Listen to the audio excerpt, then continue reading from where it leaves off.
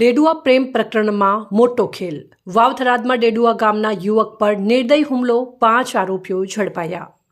વાવથરાદ જિલ્લાના રાહત તાલુકાના ડેડુઆ ગામે એક યુવક પર થયેલા નિર્દય હુમલાની ઘટનાએ સમગ્ર પંથકમાં ચકચાર મચાવી દીધી છે.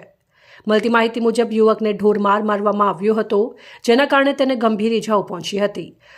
હુમલામાં હાલત બગડતા યુવકને તાત્કાલિક પાલનપુર સિવિલ હોસ્પિટલ ખાતે સારવાર માટે ખસેડવામાં આવ્યો હતો, જ્યાં હાલમાં તેની સારવાર ચાલુ છે અને સ્થિતિ ગંભીર હોવાનું જાણવા મળી રહ્યું છે. આ મામલે યુવકના બનેવી પીરાભાઈએ જણાવ્યું હતું કે સંબંધિત યુવતી ગઈકાલે આગથલા પોલીસ સ્ટેશનમાં પોતાનો જવાબ નોંધાવવા પહોંચી હતી. ત્યારબાદ યુવતીને તેના પિતાના મામાના ઘરે મોકલવામાં આવી હોવાનું જાણવા મળ્યું છે.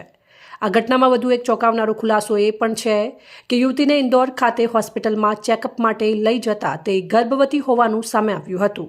સાથે જ હોસ્પિટલની મહત્વપૂર્ણ ફાઇલ શંકાસ્પદ રીતે ગાયબ થઈ જવાની વાત પણ સામે આવી રહી છે, જેના કારણે કેસ વધુ જટિલ બન્યો છે. આ સમગ્ર મામલે થરાદ પોલીસ સ્ટેશનના ઇન્ચાર્જ પીઆઈ સીપી ચૌધરીએ જણાવ્યું છે કે અત્યાર સુધીમાં 5 આરોપીઓની ધરપકડ કરવામાં આવી છે, જ્યારે અન્ય સંડોવાયેલા ઇસમોની શોધખોળ ચાલુ છે. પકડાયેલા આરોપીઓના નામ આ પ્રમાણે છે: ઈશ્વરભાઈ ગણેશભાઈ માળી, પોપટભાઈ દાનાજી માળી, કરશનભાઈ પ્રભુજી માળી, ભરતભાઈ ગમનાજી માળી, ઈશ્વરસિંહ રણજી દરબાર. પોલીસ દ્વારા સમગ્ર ઘટનાની ગંભીરતાથી તપાસ ચાલી રહી છે અને આવનારા સમયમાં વધુ મહત્વપૂર્ણ ખુલાસા થવાની શક્યતા વ્યક્ત કરવામાં આવી રહી છે.